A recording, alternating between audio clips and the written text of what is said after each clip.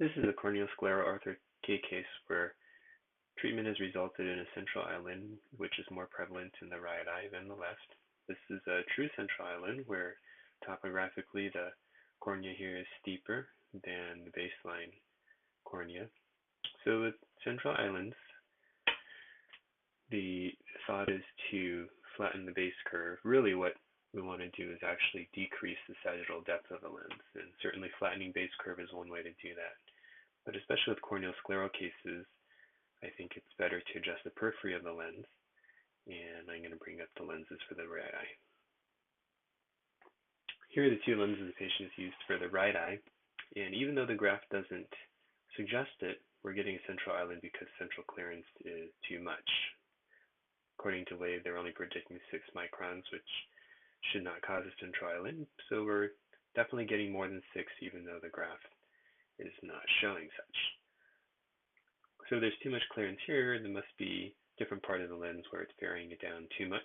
This is a good guess right here, since this is where we expect the least amount of clearance, or possibly somewhere out more towards the edge of the lens.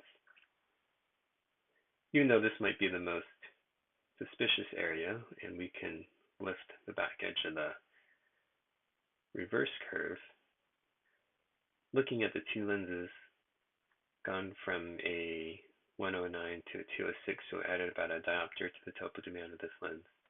And at the same time, increase the edge angle by about a degree. So in doing that, we've increased sag in this lens by about 45 microns. And so since this is the main change, what I would recommend doing is flattening the edge angle again. A higher or steeper edge angle brings the periphery of the lens down to the cornea faster, or at a steeper angle. So what we want to do is lift the edge of the lens away from the cornea, and we can do that here. With corneoscleral designs, I do like to have a little over 20 microns of clearance out here toward the limbus, just so we're not hitting those limbal cells too heavily. And with 2 clicks in 8x mode, so 16 clicks really here, we now have a lens that's about 16 microns taller than the original lens, and an edge angle that's pretty similar. So I don't know if with the original lens perhaps there was some edge fluting which caused you to bring the edge angle down. If not, then I think lifting that angle or that edge would be okay. You can also adjust the very edge of the lens between these 2 points to get the desired edge clearance you want, but still not increasing lens sag as much as the second lens had done.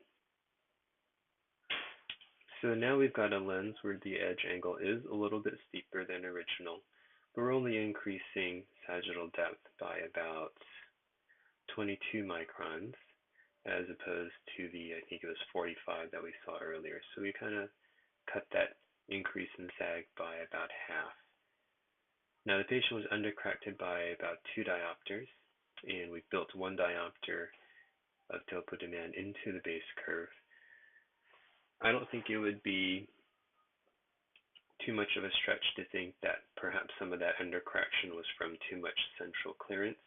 So getting this lens to fit a little bit better will probably address the undercorrection, as will the change in the base curve.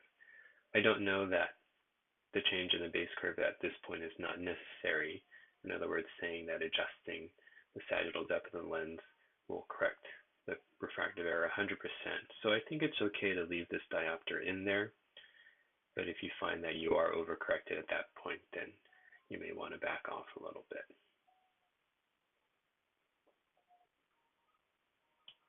Now we're looking at the 2 lenses the patients used for the left eye, and we see a similar change in topodemand by about a diopter, change in edge angle by about 1 degree. And so we've got a resultant change in sagittal depth by about 41 microns, a little bit less than the other eye. but a significant change. So in this case, I would do the same thing. Go ahead and flatten out the periphery of the lens so that we're cutting our sag change down to maybe high teens in terms of sag depth difference. Leave the differential, the 1 diopter differential in there, keeping in mind that if there is a little bit of a correction, then we can back off of that. There's also a comment about the double ring formation here in the right eye. And if you go back and look at the lenses for the right eye, you'll notice that the overall maximum clearance under the reverse curve, here we're in the low to mid 70s, was a little bit higher in the right eye. So anytime that we run into higher amounts of clearance, we are going to see a little bit of a double ring, which most often resolves over time. Here in the left eye, because our total clearance is a little bit less, we don't see as much of that double ring where it has kind of filled in over time.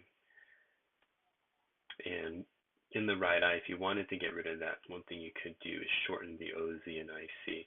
I believe it's at a 6.4 right now. So you've brought it down a couple tenths of a millimeter and then adjusted the topo demand to match the 2. That's going to be our target for the new lens.